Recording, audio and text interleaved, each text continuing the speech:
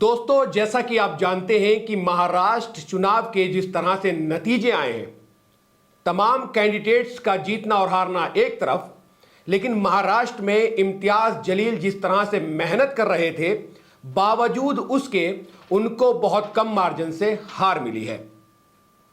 Social media पर लगातार उनकी हार के किसी की जीत से ज्यादा चर्चे हैं। मिर्जा गालिब का एक शेर है कि हजारों ख्वाहिशें ऐसी कि हर ख्वाहिश पे दम निकले, बहुत निकले मेरे अरमा मगर कम निकले, निकलना खुल्द से आदम का सुनते आए थे, लेकिन बहुत बेआबरू होकर तेरे कूचे से हम निकले। गलती अगर एक बार होती है तो उसको गलती कहा जाता है, लेकिन बार बार अगर की जाए तो फिर वो आदत बन जाती है। इससे पहले जब चुनाव हुआ था तो भी वहां की आवाम ने इम्तियाज जलील को नहीं जिताया था, और इस बार भी ऐसा ही हुआ है। इम्तियाज जलील को एक बार फिर बहुत कम मार्जिन से हार का सामना करना पड़ा है। अब इस हार को लेकर सोशल मीडिया पर एक तांता लग गया है। जो लोग असदुद्दीन ओवैसी की क़यादत को पसंद करते हैं, जो लोग अकबरुद्दीन ओवैसी को पसंद करते हैं, जो लोग इत्तेहाद मुस्लिमीन जो एक जमात है उसको पसंद करते हैं, जो एक पार्टी है उसको पसंद करते हैं, उन लोगों ने लगातार मौलाना सज्जाद नोमानी पर निशाना साधना शुरू कर दिया है।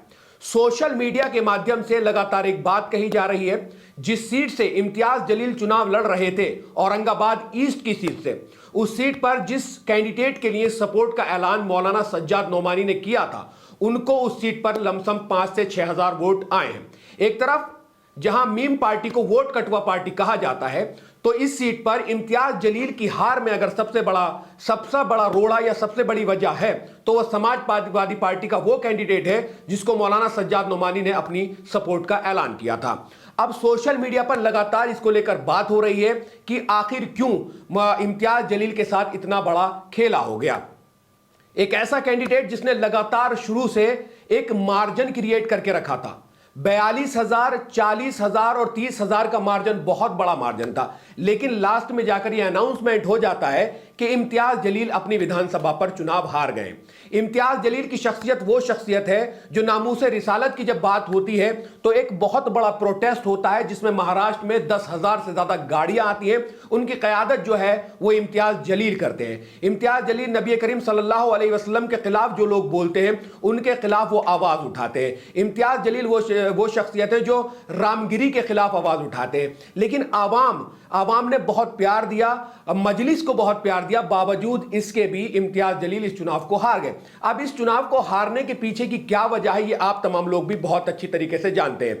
लेकिन जितने भी कैंडिडेट पार्टिसिपेट कर रहे थे मजलिस इत्तेहादुल मुस्लिमीन की तरफ से, उनमें सबसे ज्यादा दमदार अगर कोई कैंडिडेट था जहां यह पुर यकीन था कि यह कैंडिडेट जीत सकता है, तो मजलिस का सिर्फ इम्तियाज जलील ऐसे कैंडिडेट थे। उनके बाद अगर बात करें तो मुफ्ती इस्माइल, जो बहुत कम मार्जिन यानी 162 वोटों से चुनाव जीते हैं।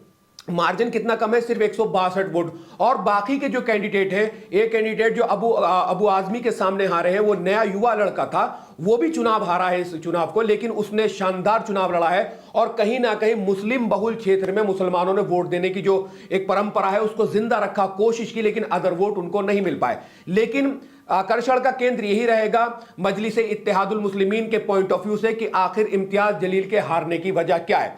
समाजवादी पार्टी का वो कैंडिडेट जो उनके सामने चुनाव लड़ रहा था, जब चुनाव लड़ा जा रहा होता है तो उसमें सब चीज फेयर होती है। जैसे कहते हैं ना कि everything is fair love and war, तो राजनीति में भी everything is fair in politics. तो यही तमाम चीजें थी। आपको ये नहीं सोचना होता है कि मौलाना सज्जाद नोमानी किसको सपोर्ट कर रहे हैं, किसके खिलाफ हैं और किसके साथ हैं। आपकी अपनी जो है एक रणनीति होती है, उसके हिसाब से चलना होता है।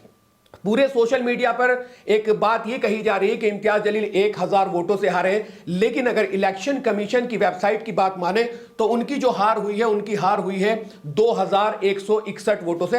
अब अपडेट कर दिया गया है क्योंकि भारतीय जनता पार्टी के अतुल मोरेश्वर सावे जो हैं वो जीत चुके हैं और ये इलेक्शन कमीशन की वेबसाइट पर अपडेट है। अभी हमने बहुत लाइव किया है, लाइव में इम्तियाज जलील से लेकर उन तमाम कैंडिडेट का जिक्र किया है कि आखिर हार का कारण क्या था। एक तरफ जहां जो एक महायुति गठबंधन है, ग्रैंड अलायंस है, उसने वो इतना प्रचंड बहुमत पा लिया है, 145 147 जो है मेजोरिटी के लिए काफी होता है। लेकिन काली बीजेपी की जो पार्टी है, जो 148 सीटों पर चुनाव लड़ रही थी महाराष्ट्र में, एक बार फिर बड़ी पार्टी बनकर सामने आई है।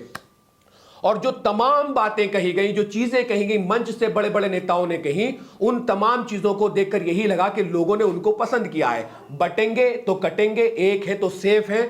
तो ये जो सेफ अलमारी राहुल गांधी ने प्रेस कॉन्फ्रेंस के दौरान रखी थी, उसके अंदर बिल्कुल सेफ करके फेंक दिया है वहां की आवाम ने। राहुल गांधी को नकार दिया और जो महाविकास अघाड़ी है उसको कहीं ना कहीं वोट न देकर विनाश में तब्दील कर दिया। तो ये जो वीडियो है, ये वीडियो सिर्फ और सिर्फ इस वजह से है, जितने भी नाजरीन हमारे ये वीडियो देख रहे हैं, मैं आप तमाम लोगों से चाहता हूं कि आप इस वीडियो के कमेंट सेक्शन में बिल्कुल वैलिड रीजन क्या है आप बता दीजिए। मौलाना सज्जाद नोमानी साहब का कितना असर रहा है इस पूरे चुनाव में ओवरऑल, इम्तियाज जलील साहब की हार में उनका कितना योगदान रहा है, इस पे आप कमेंट कर सकते हैं। क्योंकि असदुद्दीन ओवैसी और मजलिस इत्तेहादुल मुस्लिमीन को वोट कटवा और बीजेपी की बी टीम कहा जाता है, क्योंकि वो कहते हैं उससे बीजेपी को फायदा हो जाता है। अगर असदुद्दीन ओवैसी से फायदा हो रहा है, फिर मौलाना सज्जाद नोमानी साहब जब 288 सीटों पर अपना समर्थन दे देते हैं, तो इससे कहीं ना कहीं वोट जिहाद का एक अल्फाज जो मंचों से लगातार बोला गया है, तो इसको कितना फायदा होता है कि अब जब हारने वाले जो हैं, और जो हारने वाले की चर्चा अगर जीतने वालों से ज्यादा होने लगे, तो समझो कि उसकी जीत मुकम्मल है, वो जीत चुका है। लेकिन जीत तो जीत होती है, चाहे फिर वो 1 वोट से हो या 2 वोट से, जीत का एक अपना अलग मजा होता है। लेकिन इम्तियाज जलील की जो चर्चा है वो पूरे इलेक्शन में, पूरे मुस्लिम समाज में, पूरे हिंदुस्तान में इतनी होने वाली है कि शायद किसी मुख्यमंत्री पद को लेकर भी इतनी बात नहीं होगी। अब लगातार निशाने जो है वो मौलाना सज्जाद नोमानी साहब पर साधे जाएंगे। मीम भी बनेंगे, मीम पार्टी की तरफ से बनेंगे, क्योंकि बात यही कही गई थी, क्योंकि उन्होंने बिना जमीनी स्तर पर जायजा लिए हुए आनन फानन में एक लिस्ट जारी कर दी थी। यह कह दिया था कि 288 कैंडिडेट है, इनको हमारा समर्थन है। अब उस समर्थन से फायदा तो हुआ कुछ है नहीं, लेकिन घाटा बहुत ज्यादा उठाना पड़ गया है। क्योंकि पहले एक से परेशानी थी, असदुद्दीन ओवैसी थे, फिर दूसरे से परेशानी थी अकबरुद्दीन ओवैसी से, तीसरे मौलाना सज्जाद नोमानी साहब वहां पहुंच गए। और उनके पहुंचने से एक है तो सेफ है, मंचों से सुनाया जाता वोट जिहाद हो रहा है, आवाम ने उसको पसंद किया है। चुनाव के दिन टी शर्टों पे लिखा हुआ साफ देखा गया है, बटेंगे तो कटेंगे। और बटेंगे और कटेंगे को हिट करने के लिए हमारे देश की मेन स्ट्रीम मीडिया पीछे नहीं रहती है। उसके अलावा अपोजिशन भी जो है, बीजेपी का कोई भी डायलॉग हो उसको सुपर से भी डुपर वाला ऊपर कर देते हैं, उसको हिट कर देते हैं, उसको इतना उस खास बना देते हैं कि हर आदमी की जुबान पे बच्चे बच्चे को पता होता है बटेंगे तो कटेंगे। तरह तरह के मीम बनाए जाते हैं, तरह तरह की बातें होती हैं। लेकिन आज महाराष्ट्र के इस चुनाव में अगर दुख की बात है तो वो इम्तियाज जलील की इस हार का दुख है, जो जिसका उन्होंने सामना किया है। इतनी मेहनत, मशक्कत, तमाम चीजें करने के बाद भी वो विधानसभा नहीं पहुंच पाए हैं। और जब मजलिस से खड़े होकर सदर बैरिस्टर असदुद्दीन ओवैसी मंच से खड़े होकर ये कहते हैं कि औरंगाबाद की आवाम से मुझे इतना प्यार है कि मैंने अपने घर पे ये कहा हुआ है कि अगर मेरी मौत वाक़ई हो जाए, मेरा इंतकाल हो जाए, तो मुझे कहीं औरंगाबाद में ही जगह देखकर, मेरी कब्र की जगह देखकर मुझे वहीं दफना देना। इतनी मोहब्बत जो एक सदर, एक नेता बनने की कोशिश करते हैं, उन्हें लालच है या नहीं वो जानते हैं, अल्लाह जानता है। और एक बात मैं हमेशा जब असदुद्दीन ओवैसी पे वीडियो बनाता हूं, मुझे उनकी वीडियो याद आती है। उन्होंने एक बात कही थी कि मैं हुजूर के रोजे पे खड़े होकर कसम खा सकता हूं कि मेरा बीजेपी से कोई ताल्लुक नहीं है। तो मुसलमानों के लिए यह कसम काफी होनी चाहिए, क्योंकि हमारा जो कुछ है वो हमारे नबी की वजह से, और नबी की शान में गुस्ताखी की वजह से इम्तियाज जलील ने क्या कुछ नहीं किया था, बावजूद इसके भी वो हार जाते हैं। तो अब बात सिर्फ यही है कि समाजवादी पार्टी जो कि 9 सीटों पर महाराष्ट्र में चुनाव लड़ रही थी, क्या जरूरत थी, क्योंकि पूरी दुनिया में इंडिया गठबंधन है, अगर बीजेपी को रोकना ही है तो कैसे आप रोकोगे? आपको थोड़ा सा कोऑर्डिनेट करना होगा, आपको थोड़ी चीजें देखनी होंगी। जहां आपको लगता है कि बीजेपी को ये हरा सकता है, मजलिस का कैंडिडेट हरा सकता है, तो वहां समाजवादी पार्टी को हट जाना चाहिए। क्योंकि उत्तर प्रदेश के चुनाव में जहां पर उपचुनाव हुआ है, वहां से कांग्रेस ने विड्रॉ कर लिया था, कांग्रेस ने कोई कैंडिडेट नहीं उतारा था, समाजवादी पार्टी ने उतारे थे। और उसका असर क्या रहा है? उत्तर प्रदेश के उपचुनाव में भी बीजेपी का जो भगवा रंग है, सफरौन जो है, उसी का परचम लहरा गया है। एक सीट आरएलडी ने जीती जरूर है, लेकिन वो जीती क्यों है?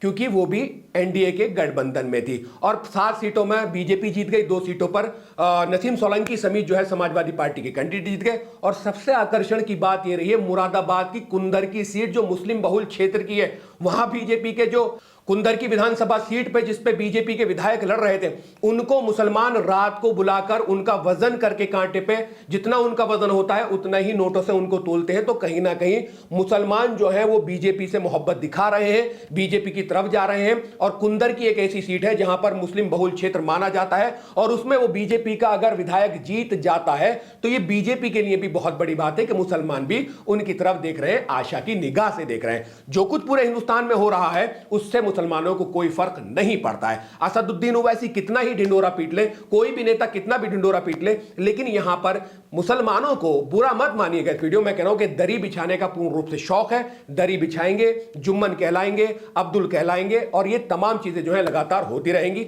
लेकिन बात सिर्फ इस वीडियो में इतनी थी कि इम्तियाज जलील के हारने के पीछे की वजह क्या है। मैं सिर्फ आप तमाम लोगों से इस वीडियो में, क्योंकि बहुत ज्यादा दानिश्वर लोग, मुझसे भी ज्यादा दानिश्वर लोग इस वीडियो को देख रहे होंगे, क्या कुछ ऐसी चीजें हुई हैं जो इम्तियाज जलील इस चुनाव में उनको इस हार का सामना करना पड़ा है और वो भी सिर्फ 2161 वोटों से। क्या कुछ आप कहना चाहते हैं इस वीडियो के कमेंट सेक्शन में। एक कमेंट्स AIMI मीम पार्टी के लिए, एक मौलाना सज्जाद नोमानी साहब के लिए और एक इम्तियाज जलील साहब के लिए और एक समाजवादी पार्टी जो अखिलेश भैया हैं उनके लिए इस वीडियो के कमेंट सेक्शन में कमेंट्स जरूर करें। इस वीडियो में इतना ही। थोड़ी बहुत देर में लाइव आने वाले हैं, क्या कुछ महाराष्ट्र चुनाव में हो रहा है, क्या कुछ होने वाला है और कौन कौन जीता है, कितने मुस्लिम कैंडिडेट जीते हैं, कितने हारे, वो तमाम बातें जो है मिल्लत टाइम्स के editor in chief Shams Tabrez Qasmi साहब के साथ लाइव में आपके साथ शेयर करेंगे। इस वीडियो में सिर्फ इतना ही, फिर मुलाकात होगी। अल्लाह हाफिज। मिल्लत टाइम्स को जारी रखने और मजबूत बनाने के लिए हमारी आर्थिक सहायता कीजिए।